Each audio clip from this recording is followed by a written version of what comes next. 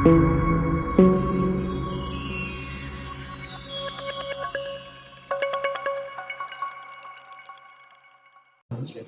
దాసుడు నీ శిరస్సును అడ్డి నీ దాసుడు నోట నీ మాట నుంచి నీ చేతి నీడలో దాచి నీ బిడ్డలందరికీ వినగలిగిన చెవి, గ్రహించగలిగిన మనస్సు, లోబడే సునుడి కలిగిన అజ్ఞాన హృదయం దయచేయమని యేసు నామమున ప్రార్థించి వేడుచున్నాం తండ్రి. ఆమేన్. ఆమేన్. చదువుకున్న వచ్చిన భాగంలో నుంచి మనం ఒక పాఠాన్ని నేర్చుకుందాం. చూడండి, మళ్ళీ అదే వచనం. నేను నల్లని దానినని నన్ను చిన్న చూపులు చూడకూడి, నేను ఎండ తగిలిన దానను. చాలు. ఇప్పుడు స్త్రీయా మాట్లాడుతుంది, పురుషుడా? ఎవరండి? దానను అని పురుషుడు అంటాడా? దానను అంటే స్త్రీ అనే అర్థం వస్తుంది. పిల్లరా, నల్లనిది నల్లనిది నల్లనిది. నలుపు సాధారణంగా ఎవరికైనా నచ్చుతుందా? మీరు చెప్పాలి. నలుపు రంగు ఎవరికైనా నచ్చుతుందా? ఎవరైనా ఇష్టపడతారా? ఎరుపు ఇష్టపడతారా? ఈ ఎర్రని పిల్లోడు, కాస్త ఎర్రని పిల్ల, పెళ్లి చూపుల్లో ఎర్రతోలు కలిగిన ఆడపిల్లని, ఎర్రతోలు కలిగిన మగపిల్లవాడిని సెలక్షన్ చేస్తారు. వాళ్ళ మనసు ఎట్లన్నా ఉన్నాయి. పై ఆకర్షణ, పై రంగు, పై వేషం మాత్రం ముందు సొట్టులుగా ఉండాలి కనులకు. స్తోత్రాలు. ముక్కు మొహం బాగుందమ్మాయి అని కొంతమంది ముఖానికి ఫోటో తీస్తుంటారు పోయిన కానించి. దేవుని స్తోత్రం. ఇక్కడ ఈ అమ్మాయి నేను ఎర్రని దానను అందా, పోనీ సమాన సాయిను అందా, నల్లని దానను అందా? ఏమంటుంది? నేను నల్లని దానను బాబు, నన్ను ఎందుకు మీరు చిన్న చూపులు చూస్తున్నారు అంటే అర్థం ఏమిటి? ఒక వ్యక్తిని మనం చిన్న చూపు చూసాము అంటే మన స్థాయికి తగ్గి ఉందనే, మన స్థాయికి ఎక్కువ ఉందనే చెప్పాలి. మన చుట్టుపక్కల ఉన్న వారిని మనం గౌరవించాలి అంటే వారు మనకు తగిన వారై ఉండాలి, లేక మనకి మించిన వారై ఉండాలి. మనకంటే తక్కువ కేటగిరీలో ఉంటే వారిని మనం ఏం చేస్తాం? చిన్న చూపు చూస్తాం. చిన్న చూపు చూసాము అంటే అర్థం ఏమిటి? వాళ్ళు మన స్థాయికి తక్కువ వాళ్ళే కానీ ఎక్కువ వాళ్ళు అయితే కాదు. ఇప్పుడు ఈమెమంటుంది? నేను నల్లని దానని నన్ను మీరు ఏం చేస్తున్నారు? చిన్న చూపులు. ఎక్కడన్నా ఒక మనిషి చనిపోతే కొంతమంది పెద్దలు అంటారు, దేవుడు చిన్న చూపు చూశాడయ్యా, దేవుడు చిన్న చూపు చూశాడు అందుకే చచ్చిపోయాడు. అవును, కానీ చూసే విధానంలో చిన్న చూపులు, పెద్ద చూపులు ఉన్నాయా? మీరు చెప్పాలి నాకు. చూసే చూపులో చిన్న చూపులు, పెద్ద చూపులు ఉన్నాయా? అసలు చూపుల్లో ఎన్ని రకాలు ఉన్నాయి? కనులెత్తి చూసుట, కిందకి చూసుట, వెనక్కి చూసుట, పక్కకు చూసుట. ఏమండి? లేవా? ఇప్పుడు ఏమేమంటుంది? నన్ను మీరు ఎట్ట చూస్తున్నారంటుంది? చిన్న చూపు అంటే సగం కన్ను మూసి సగం కన్ను బయట పెట్టడమా? లేకపోతే కన్ను మొత్తం తెరిచి చూడటమా? కొంచెం ఆలోచించండి. దేవుని స్తోత్రం. హల్లెలూయా. ఎందుకు చిన్న చూపులు చూస్తున్నారు అంటే నేను నల్లని దానినని. ఎందుకు నల్లదానివయ్యావు అంటే ఎండ తగిలిన దానను. ఈ ఎండ కాక దెబ్బకి ఏమైంది? నా శరీర రంగు మొత్తం మారిపోయింది. మీరు రోజు ఇళ్లల్లో ఉండండి, ఫ్రిడ్జ్లో పెట్టిన యాపిల్ పండులాగా ఉంటారు. ఎండకు పోండి, ఎట్లా ఉంటారు? సాయంత్రానికి ఆకురాపిడి తగిలిన మాడి పండులాగా ఉంటారు. దేవుని స్తోత్రం. అవునా కాదా? ఎండ ఏం చేసింది? ఉన్న రంగును మొత్తాన్ని మార్చేసింది. అసలు మీకు నిజం చెప్పుకుంటారా? సమస్య అంతా ఎవరికంటే కాస్త ఎర్రోళ్ళకే సమస్య. ఎండకు పోతేనేమో నల్లంగా వస్తారు, నీడలో ఉంటేనేమో తెల్లంగా వస్తారు. నల్లోళ్ళకి అసలు ఈ సమస్య లేదు. ఎక్కడికి పోయినా ఒరిజినల్ గోల్డ్. దేవుని స్తోత్రం. అర్థమైందా? నల్లోళ్ళకి అసలు ఎక్కడా సమస్య?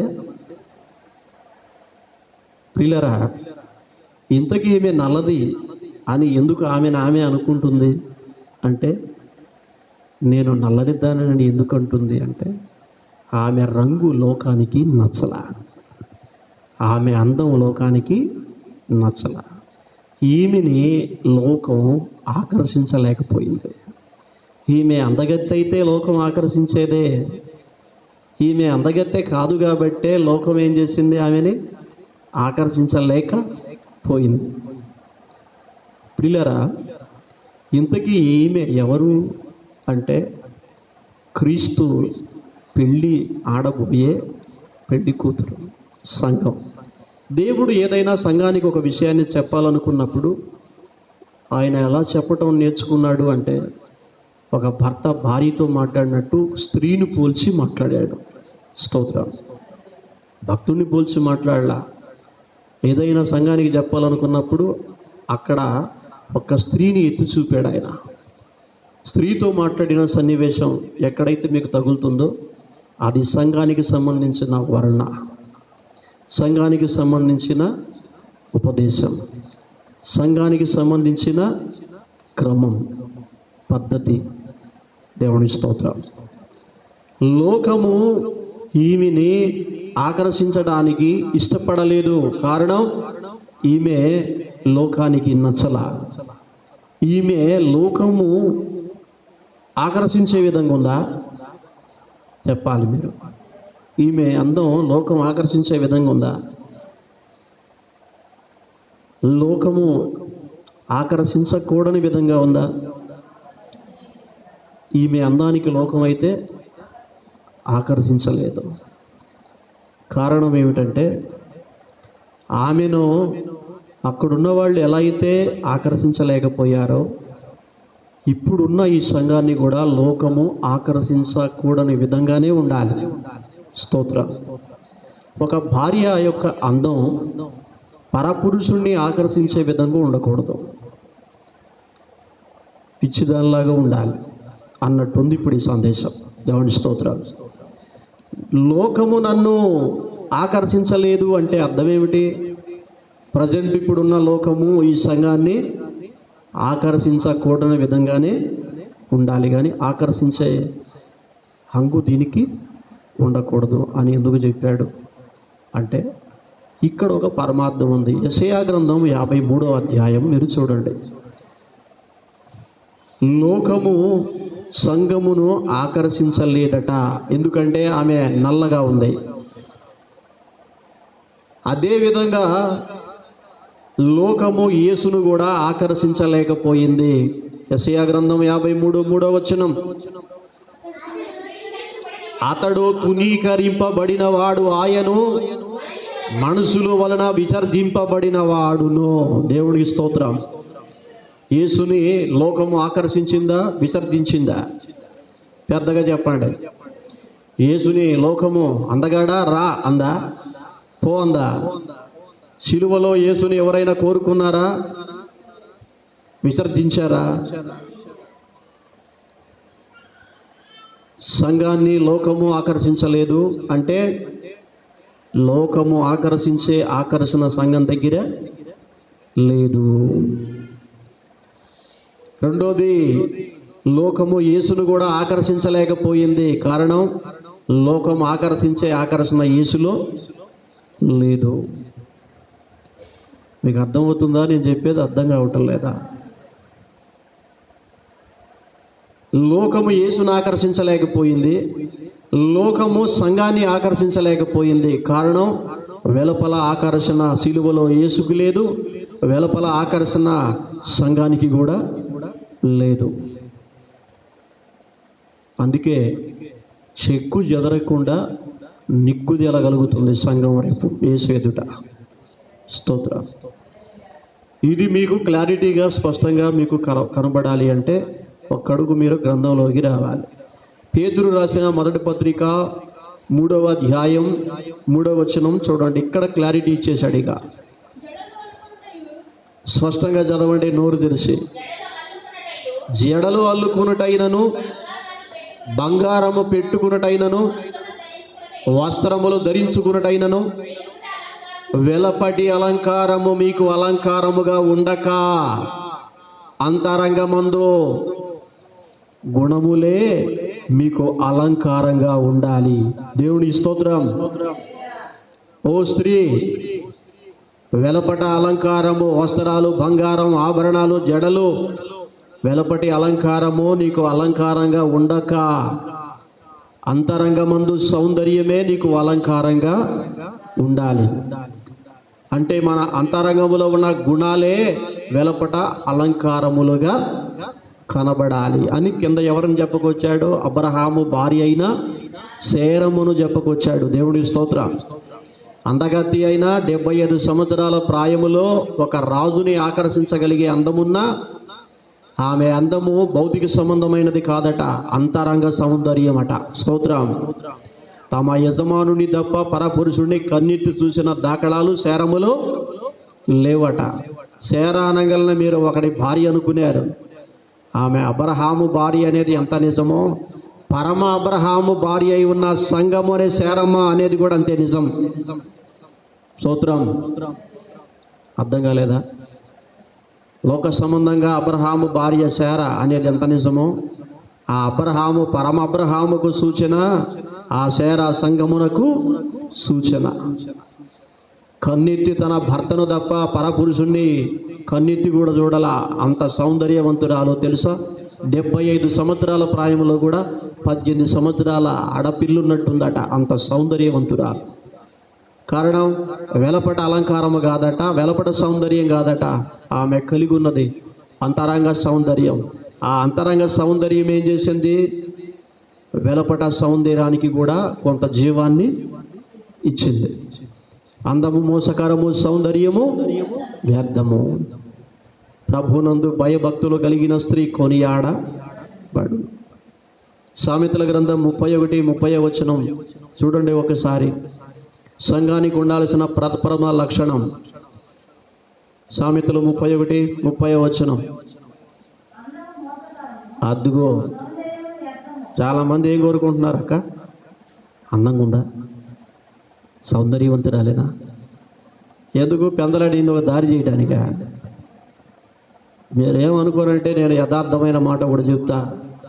అందంగా ఉండవాళ్ళు, సౌందర్యంగా ఉండవాళ్ళు అందరూ చెడ్డోళ్ళని నేను చెప్పను, కానీ అందులో 90% ఖచ్చితంగా మోసగించేవాడే ఉంటారు. అది బైబిల్ చెప్తున్నా. ఏం చెప్తుంది? మళ్ళీ చదువాడా? అంటే అందం ఏం చేసేది? చూసేవాడిని. పెద్దగా చెప్పు. ఏ మోసం? ఎద్దు మోసమా, ఆవు మోసమా, గాడిద మోసమా? మోసం అంటే మీరు తినే మాంసం కాదు, కోసేసే మోసం కాదు. జీవితంలో ఆలోచన విధానములో కొంత గడిబిలు జరిగే అవకాశం ఉంది. అందము మోసం చేస్తుంది, చూసేవాడిని అందం మోసం చేస్తుంది. కింద ఏం చెప్పాడు? సౌందర్యము అర్థమైతే కాదు, వ్యర్థము. అందువల్ల నీకు ఉపయోగమైతే కాదు. సౌందర్యం అంటే అర్థం ఏమిటండి? బాడీలో ఉన్న పర్సనాలిటీ.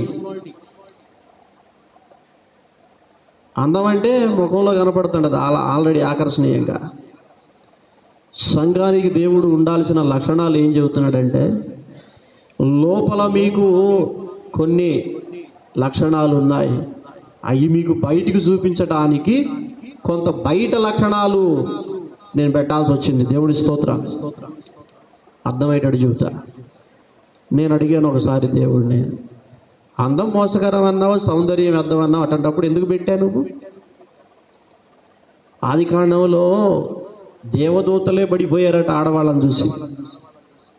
ఆదాము కుమార్తెలను చక్కని వారిని చూసి దేవదూతల వారి మనసుకు నచ్చిన వారిని పెళ్ళిళ్ళు. ఇప్పుడు మనం సేవలు చేసుకుంటాం. మనం సేవలు చేసుకుంటే చూసేవాడు ఏమంటాడు? ఒరే ఎద్దులాగున్నావు, నువ్వు సేవను ఎట్ట చేసుకున్నావు? అసలు దేవదూతలు మనుషులను పెళ్లి చేసుకుంటే అట్టుందన్నమాట. దేవుడు వాళ్ళని సంఖ్యలు వేసి బంధించాడు. పేతురు రాసిన పత్రికలో చెప్పేశాడు. దేవుని స్తోత్రం. కఠిన చీకటిలో కటిక బిలములలో వారిని బంధించి భద్రము చేసి పాశములతో బాధ పెడుతున్నాడట. శూలాలు తీసుకొని పుడుతున్నారు మెత్తని భాగంలో. దేవుని స్తోత్రం. చెప్పాలి పెద్దగా. ప్రియ దేవుని బిడ్డలారా, దేవుడు చెప్తున్న సందేశంలో సారాన్ని గుర్తించండి. సంఘానికి ఉండాల్సిన మొదటి లక్షణం, సంఘాన్ని యేసే ఆకర్షించాలి, కానీ సంఘాన్ని లోకం కట్టుకున్న దానిని కట్టుకున్నోడు ఆకర్షించే విధంగా ఉండాలి, కానీ ఇంకొకడు ఆకర్షించే విధంగా ఉండకూడదు అన్నట్టుంది ఇప్పుడు ఈ మాట. అవునండి, ఈమె నల్లని దానిని నేను చిన్న చూపులు చూడకండి అని అన్నది ఎందుకు అంటే, ఈమె లోకానికి నచ్చలా. అయినా బాధపడిందా? బాధపడలా. ఏడ్చేర్లేరా, నేను మీకు నచ్చకపోతే నన్ను కట్టుకోబోయేవాడికి నచ్చే కదా. స్తోత్రం. ఇప్పుడు ఆమె నల్లదాన్ని నేను బాగలేదు, నేను మీకు నచ్చలేదు అని చెప్పిందా? అదే ఆమెను పట్టుకొని దేవుడు చూడేమన్నాడు ఒక్కసారి. అదే పరమగీతము 6:18. అసలు ఆమె ఎంత సౌందర్యవంతురాలో ఇప్పుడు ఆయన చెబుతాడు చూడండి. బా అద్దుగో ఎట్టుందట, చంద్రబింబం అంతా అందము గలదట. ఎవరి దృష్టికి? పెద్దగా చెప్పండి. మీ ముఖాల్లో సంతోషం కనపడలే నాకు. చంద్రబింబం అంతా అందము గలది. పిండారు పోసినట్టు వచ్చింది చూడండి, వెన్నెల అంటారు. చంద్రబింబములో వెన్నెల ఉంటుందా, అందం ఉంటుందా? మీరు చెప్పాలి ఇప్పుడు. ఏమో మాకు తెలుసా, ఇవన్నీ మాకు ఎందుకులే కానీ వదిలిపెడితే పెందలడిపోతాం, మొదలుకి వాన పడుతుంది అంటారా? చంద్రబింబములో వెన్నెల కాంతి ఉంటుందా, అందం ఉంటుందా? అంటే ఆ వెన్నెల కాంతిని దేంతో పోల్చాడు? అందముతో పోల్చాడు. అందమా అన్నమా? మళ్ళీ మీరు ఇంకొక దారిలో పోయారు, లైన్లో ఉన్నారా? స్తోత్రం. ఆ బజారు కొన్ని ఈ బజారుకి పోయినట్టు మళ్ళీ ఇంకొక సందేశంలో పోయారు. స్తోత్రం. పట్టణాల్లో అన్ని బజార్లు ఒకటిగానే ఉంటాయి. ప్రియులరా, లోకమేమో ఆమెను చేదరించుకుంది, ఆమెను కట్టుకోబోయేవాడు ఏమంటున్నాడు? చంద్రబింబం అంతా అందము గలది. అవునయ్యా, అవతల వాళ్ళకి నచ్చలేదు, నీకెట్ట నచ్చింది అంటే నా కళ్ళు పెట్టుకొని చూడంటాడేమో దేవుడు. స్తోత్రం. అవునా? అది కాదు అక్కడ విషయం. నా కళ్ళు పెట్టుకొని చూడండి అని కాదు అక్కడ దేవుడు అనేది. ఆమె శరీర సంబంధంగా అందగత్తె కాకపోయినా ఆమె అంతరంగమందు సౌందర్యవంతురాలు, గుణములు కలిగి ఉన్నది, దైవ లక్షణములు కలిగి నీతిమంతురాలు, యథార్థవంతురాలు, న్యాయవంతురాలు, పరిశుద్ధురాలు, సత్య సంబంధి. అవన్నీ సౌందర్యంలో ఉన్న లక్షణాలు కావా? చెప్పరేందండి. ఆమె భౌతిక సౌందర్యములో ఆకర్షణ లేకపోయినా ఆమె అంతరంగమందు సౌందర్యము, ఆకర్షణ ఉంది కాబట్టి ఆమె దేంతో పోల్చాల్సి వచ్చింది? చంద్రబింబం అంతా. ఆ మొక్క చెప్పాడా ఎప్పుడైనా మీ ఆయన? చెప్పలేదా? దేవుని స్తోత్రం. ఇప్పుడు చెప్పేవాడు ఎవరండి? మరి చెప్పలేదంటారేంటి? నీ సృష్టికర్త నీకేమై అన్నాడు? ఇప్పుడు మీకు బలుపు వెలిగి ఆడిపోయినట్టు. మీ ఆయన అనగలని మీరు అనుకుంటున్నారు, లోక సంబంధమైనడే కదా, ఎప్పుడు పొగిడాడు నన్ను. నీ సృష్టికర్త 54:5 వచనంలో మర్చిపోయారా? సృష్టికర్త నీకు ఇప్పుడు చెప్పండి, అనలేదా? ఇప్పుడే కదా అన్నాడు. ఏమని? చంద్రబింబం అంతా. అబ్బో, ఏం మురిసిపోతున్నాడు ఆయన. స్తోత్ర. మురిసిపోవటమేనా, మాటలతో చెబుతున్నాడా? ఇప్పుడు ఆమె ఏమన్నా తక్కువ తిందేంది? ఆమెను అడగండి, అమ్మా ఇప్పుడు నువ్వు చేసుకోబోయే అబ్బాయి ఎంత అందగాడంటే, ధవళ వర్ణుడు రత్నవర్ణుండు నా ప్రియుడు, అవని 10,000 అతి శ్రేష్ఠుడాటండు. ధవళ వర్ణుడు రత్నవర్ణుండు నా ప్రియుడు, అవని 10,000 అతి శ్రేష్ఠుడాటండు. ఎవరు ఆయన కిలలో సమరూప పురుషుడు,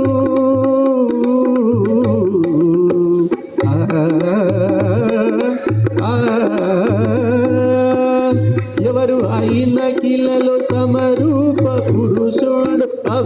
అవలీలగానతని గుర్తించగలనమ్మ, అవలీలగానతని గుర్తించగలనమ్మ. ఎంతో ఎంతో సుందరుడమ్మ తాను, నేనెంతో మురిసిపోయినాను. ఎంతో సుందరుడమ్మ తాను. ఏమేం తక్కువ తిందా? ఏమమ్మా మీ ఆయన ఎంత అందగాడు అంటే 10,000 మందిలో కూడా గుర్తించవచ్చాయా మా ఆయన అంటే ఎట్టుంటాడు అనుకుంటున్నావు ఏంది? ధవళవర్ణుడు, నా కొరకు ప్రాణం ఇచ్చినోడయ్యా మా ఆయన, నా కొరకు పరిశుద్ధుడు. ఇంకొక దాని వైపు కన్నెత్తి చూసినోడు, అంత నీతిమంతుడు మా ఆయన. రత్నము అంటే రక్తానికి గుర్తు, ధవళము అంటే పరిశుద్ధతకు గుర్తు. రత్నము రక్తానికి గుర్తు, శిలువలో నా కొరకు రక్తమును చిందించాడు. ధవళము అంటే పరిశుద్ధుడు, అగ్ని వంటి వాడు. పురుషులను పరస్త్రీ కన్నెత్తి చూడనట్లు పరస్త్రీలను నా పెనిమిటి కన్నెత్తి చూసేవాడు కాదు. అంత నీతిమంతుడు, పరిశుద్ధుడు, అగ్ని వంటి వాడు అని చెప్పకనే చెబుతుంది దేవుని స్తోత్రం. ఏ వర్ణ బాగుందా లేదా? బాగలేదా?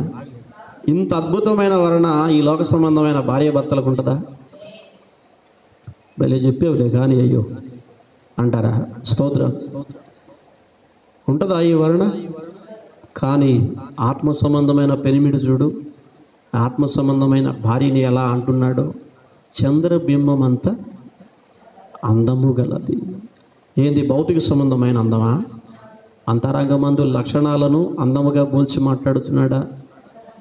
అంతరంగములో గుణాలు లేకుండా, లక్షణాలు లేకుండా వెలపల ఎంత సౌందర్యం ఉన్నా అది వ్యర్థమే. అది సామెతల్లో చెప్పిన అర్థం. అందము మోసకరము. ఇప్పుడు చెప్పండి, మనకు ఉండాల్సిన అందం అంతరంగములోనా లేక భౌతిక శరీరంలోనా? ఇప్పుడు మనల్ని లోకం ఆకర్షించాలా లేక దేవుడు ఆకర్షించాలా? లోకమేమో వెలుపల అలంకారానికి ఆకర్షిస్తుంది, దేవుడేమో అంతరంగమందున్న లక్షణములను బట్టి ఆకర్షిస్తాడు. ఇప్పుడు మిమ్మల్ని ఎవరు ఆకర్షించాలి? ఇంతకు మీరెవరిని ఆకర్షించాలి చెప్పాలి? తల నీట్గా దూకొని కాస్త పొగటరు పూసుకొని జటామాంసి కొట్టుకొని వస్తే దేవుడు ఆకర్షిస్తాడా? చాలా చాలేపోవయ్యా అంటాడు. లోకస్తులైతే కమ్మ వాసన వస్తుంది, కమ్మ వాసన వస్తుంది, అత్తరు పూసుకున్నారట్టు అనుకుంటారు. మన జీవితమే ఆయనకు సువాసన పరిమళంగా మారాలి. అది ఇక్కడ సందేశం. నేను చదివిన వచనంలో ఇంతవరకు మీకు సందేశమే మొదలు పెట్టలా. ఇప్పుడు మొదలు పెడతా. ఎప్పటికి అయిపోద్దాం? ఎంతలే 2-3 గంటలు. ఎంత? 2-3. అది దేవుని స్తోత్రం. మొట్టమొదటి విషయం ఏమిటంటే, ఇంతకీ నల్లనేది ఎందుకు అయింది అంటే, ఒకసారి చూడండి ఆ వచనాన్ని, మూల వచనం. మీరు ఎక్కడ చదివారు అక్కడికి రండి.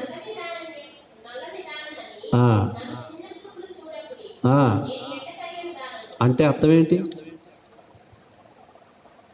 నేను నల్లదాన్ని, ఫస్ట్ మాట. రెండోది నన్ను చిన్న చూపు. మూడో మాట ఏంది? నేను ఎండదెబ్బ. ఇక్కడ ఉన్న పాఠం ఏమిటంటే, ఎందుకమ్మా నువ్వు నల్లదాని అయ్యావు అంటే, ఒకప్పుడు ఏమైనా నల్లదైతే కాదు, అంతే కదా? ఒకప్పుడు నల్లటి మనిషి అయితే కాదు. ఏం చెబుతుంది అక్కడ? పుటకలోనే నేను నల్లని దానను అందా. నేను నల్లని దానను ఎందుకు అయ్యాను అంటే, ఎండ తగిలిందయ్యా. ఏం తగిలింది? ఎండ తగిలి నా ముఖ చర్మం ఏమైంది? రంగు మొత్తం. ఈ ఇంతకీ సన్నివేశం అంతా భూలోకంలో జరిగే సన్నివేశం అనుకుంటున్నారా? పరలోక దర్బార్లో జరిగే సన్నివేశం అనుకుంటున్నారా? ఇది ఎక్కడ జరిగేది అనుకుంటున్నారు? అడ్రస్ చూడండి. ఈ మిల్లు ఎక్కడ? అల్లది కదా తమ్ముని దగ్గర అన్నట్టు అడ్రస్ ఏముంది అక్కడ? పరమగీతము అంటే భూలోక గీతం అయితే కాదు. స్తోత్రం.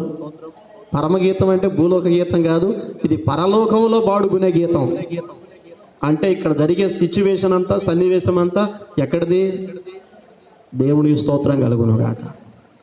ఎందుకమ్మా నీకు ఎండ తగిలింది అని అక్కడున్న దేవదూతలు, శరాపులు, కెరూబులు, 24 పెద్దలు, మహాదూతలు అడిగితే, అప్పుడు యేసయ్య పక్క నుండి ఈ అమ్మాయి సిలువలో నేను శ్రమ పొందినట్లు నా శ్రమను ప్రకటించడానికి లోకములో అనేక అగ్ని వంటి శ్రమలు పొంది వచ్చింది, అందుకు నల్లని రూపం దాల్చాల్సి వచ్చింది. దేవుని స్తోత్రం అన్నప్పుడు అందరూ చప్పట్ల కొట్టి దేవుడిని మాయంపరుస్తారు. మీరు కొట్టవాకండిలే, చేతులు నిప్పులు పడతాయి. స్తోత్రం. ఈ అమ్మాయి ఎందుకు నల్లపిల్ల అయింది? నా శిలువ శ్రమను లోకములో ప్రకటించడానికి వెళ్ళి నా కొరకు అగ్ని వంటి శ్రమలు అనుభవించింది గనక ఆమె ముఖ చర్మము అలాగ మారడానికి ఆమె కారణం కాదు, ఆమె నన్ను ప్రేమించినందుకు ఆ ప్రేమ కారణం. నన్ను బట్టే ఆ విధంగా తయారు అంటే నా కోసం తాను ఏమైపోతుందో కూడా పట్టించుకోవాలా. స్తోత్రం. నిజం చెప్పండి, మనం ఎవరినైనా ప్రేమిస్తే ఇక మన గురించి మర్చిపోతామా, లేకపోతే ఎదుటివాళ్ళని ఎక్కువగా ప్రేమించి వాళ్ళు ఏడజెత్తే మనకెందుకు, మనం జాగ్రత్తగా ఉండాలనుకుంటామా? చెప్పాలి. నిజంగా ఒక వ్యక్తిని మనం ప్రాణప్రదంగా ప్రేమిస్తే మనం ఏమైపోయినా పర్వాలేదు. బలం పోవచ్చు, ఆరోగ్యం పోవచ్చు, ఆకర్షణ పోవచ్చు, రంగు పోవచ్చు, ఆస్తి పోవచ్చు, ఆరోగ్యం పోవచ్చు, పేరు ప్రఖ్యాతులు కూడా. ఒక పేద పిల్ల రోడ్డు మీద పోతుంటే రాజుగారు కొడుకు చూసి పెళ్ళాడాడు అనుకో, వాని పరపతి పోయినట్టే కదా. ఆ పేద బిడ్డను బట్టి బిచ్చగెత్తిని పెళ్లి చేసుకున్నాడు ఏందండి మీ అబ్బాయి అన్నప్పుడు పరపతి పోలేదా? మన స్థాయి ఏంది, మన స్టేటస్ ఏంది, మన లెవెల్ ఏంది, నువ్వు చేసిన పని ఏంది అన్నాడా అబ్బా? కన్నులేని బిచ్చగెత్తిని రాజు కొడుకు పెళ్ళాడినట్టు యేసురాజు రేపు సంఘాన్ని పెళ్ళాడబోతున్నాడు. అంటే సంఘానికి కన్ను లేదంటారా అని మీరు అంటారేమో. కన్ను లేకపోవటం ఒకటే వంకర, సంఘానికి అష్టవంకరలు ఉన్నాయి. అంటే ఎన్నో తెలుసా? 8. ఆ 8 సరిచేసి చక్కదిద్ది తప్పకుండా ఆయన వివాహం ఆడబోతున్నాడు యేసునామములో. అందుకే బైబిల్లో యేసయ్యకున్న బిరుదులలో ఒక బిరుదు, నేను నిన్ను నిశ్చయముగా బాగు చేసేదన్నావు. మనమే టేప్ రికార్డా, సీడీ ప్లేయరా బాగు చేయడానికి? ఇంజనా, టాటర్ ఇంజనా? సుబ్బారావు, పొలంలో టాటర్ చెడిపోయిందిరా, బాగు చేసేవాడిని చేస్తారా అన్నట్టు మనం ఏమన్నా మిషన్లుమా, ఇంజన్లమా ఆయన బాగు చేయడానికి? ఎందుకు ఏం బాగు చేస్తాడేంది ఆయన? అవును, బాగు చేసేవాడు ఆయన. ఏమన్నా మెకానిక్ అయిందంటే ఖచ్చితంగా మెకానికే. మన మనసును బ్రతుకును బాగు చేసే మెకానిక్ ఆయన.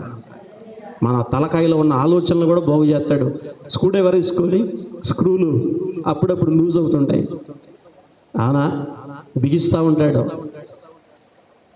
ప్రియులారా, ఈ విధంగా దేవదేవుడు తన సంఘాన్ని వర్ణించే విధానం ఎంత అద్భుతంగా ఉందో చూడండి. దేవునికి మహిమ కలుగును గాక. ఇందులో నుంచి మనకు వచ్చే పాఠం ఏమిటంటే, మొట్టమొదట మనం ఆమె యేసుని ప్రేమించి ఆ ప్రేమలో ఆమె ఏమైపోతుందో కూడా పట్టించుకోవాలా. స్తోత్రం. అవునా? ఆమె తన ఆరోగ్యాన్ని పోగొట్టుకుంది, తన అందాన్ని పోగొట్టుకుంది, తన ఆకర్షణ కూడా ఎవరిని ప్రేమించి? అక్కడున్న గొర్రెల కాపరిని ప్రేమించి.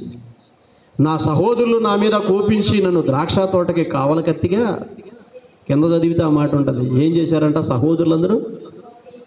నువ్వురా, నువ్వు పనికిరావేక, నువ్వు పోయి ద్రాక్ష తోటకి ఏం చేయాలి? పో, కాపలాగా అయిపోయి. ఎక్కడ పెట్టారంట? నిమ్మకాయ తోటకి, బత్తాయి తోటకి పెట్టచ్చుగా, ద్రాక్ష తోటకి ఎందుకు పెట్టారు? అక్కడ ఆ తోటలు లేవా? నిమ్మకాయ తోటలో, బత్తాయి తోటలో, దానిమ్మ తోటలు లేవా? మీరు పోయి వేస్తారా ఏందని మీరు నన్ను అంటారేమో. స్తోత్రం. ద్రాక్ష తోట అన్నప్పుడల్లా మీరు లోక సంబంధమైన ద్రాక్ష తోట అనుకోవద్దు. సంఘము. దేవుని స్తోత్రం. సంఘానికి బిరుదులలో ఒక బిరుదు. ఏ బిరుదు అది? ద్రాక్షావనము. రమ్ము, ద్రాక్ష చెట్టు పూత పూసేనో లేదో, దానిమ్మ చెట్లు వికసించేనో లేదో, రమ్ము కోనసీమకు పోదుము, వెళ్ళి చూద్దాము అని ఆయన పిలిచిందట. అప్పుడు ఆయన కూడా ఆమె పిలిచాడు, రమణి, ప్రాణేశ్వరి, రమ్ము, నీ స్వరము నాకు వినబడ నిమ్ము. దేవుని స్తోత్రం. ఆ వర్ణ చూడండి, వాళ్ళిద్దరు అట్ట మాట్లాడుకుంటున్నారు. మనం అట్ట మాట్లాడుకుంటాం ఎప్పుడైనా?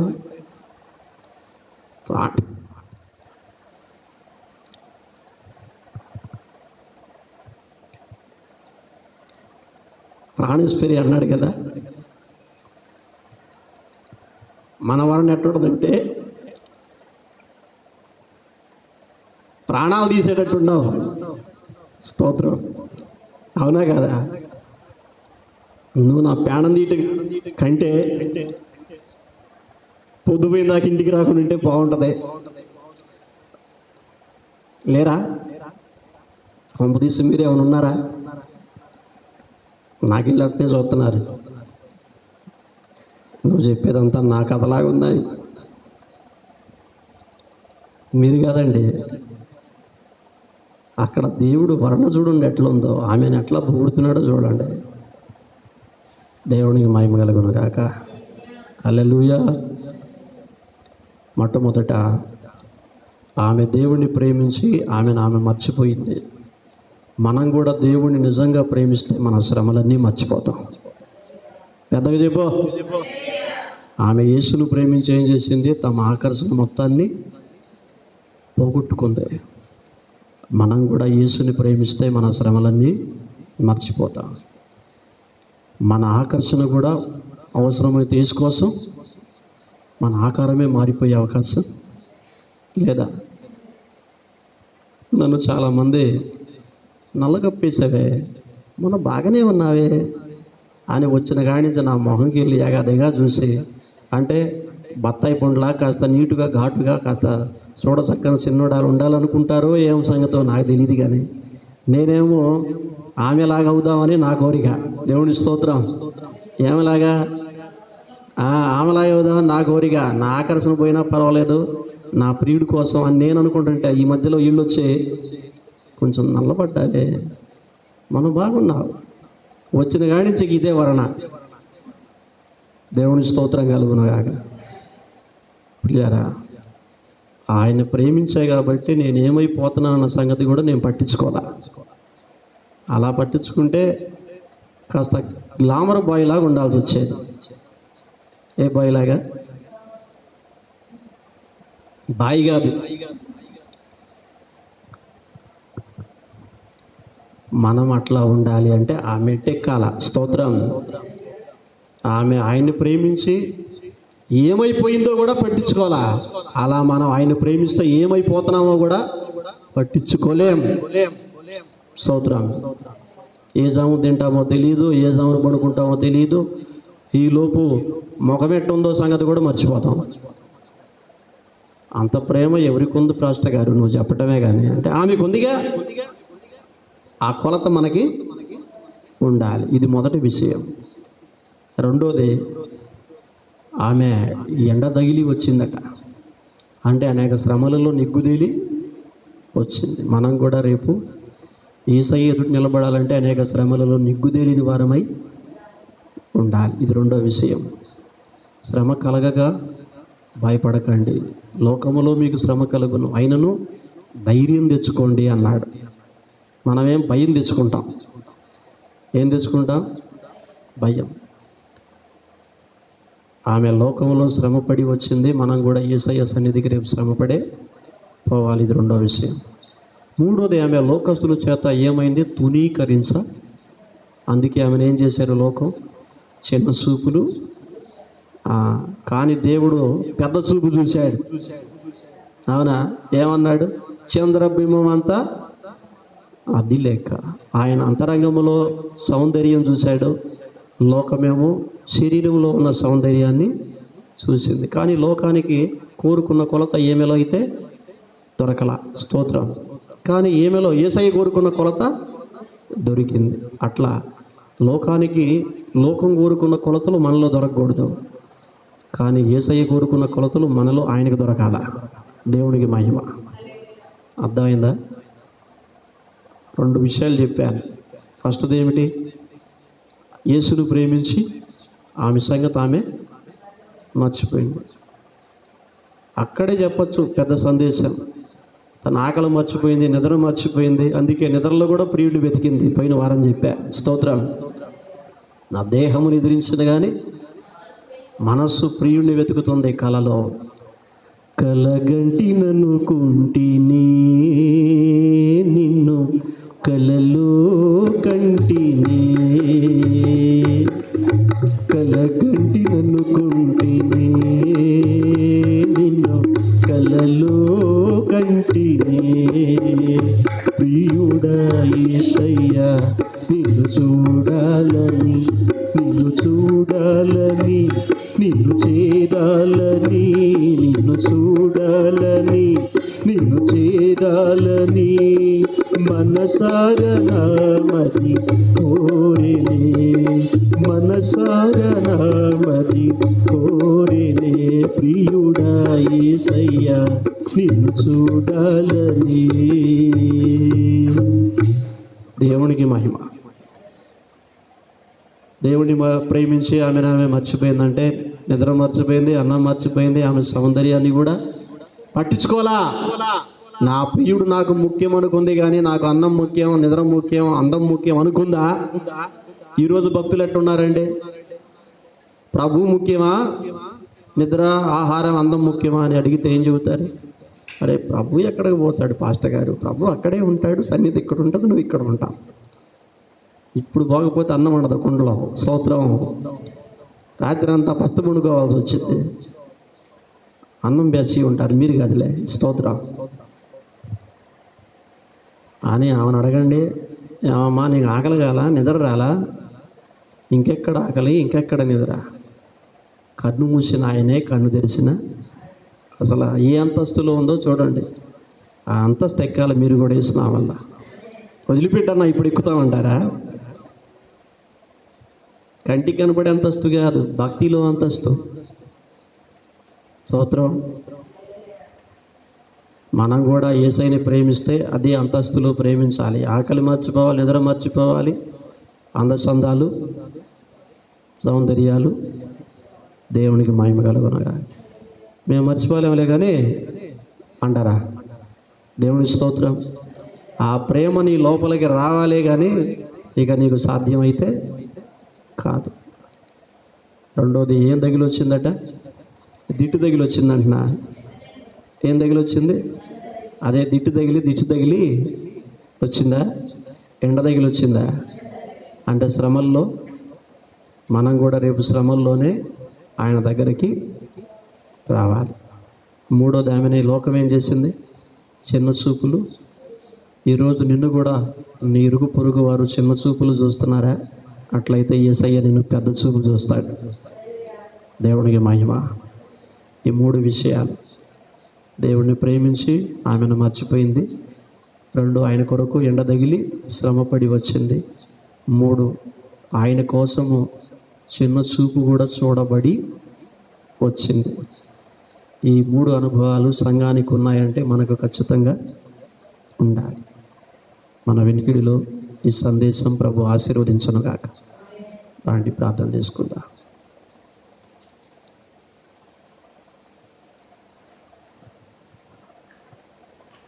నా కన్నులతో సీయోను శిఖరాన రోజు నిన్ను చూడగా,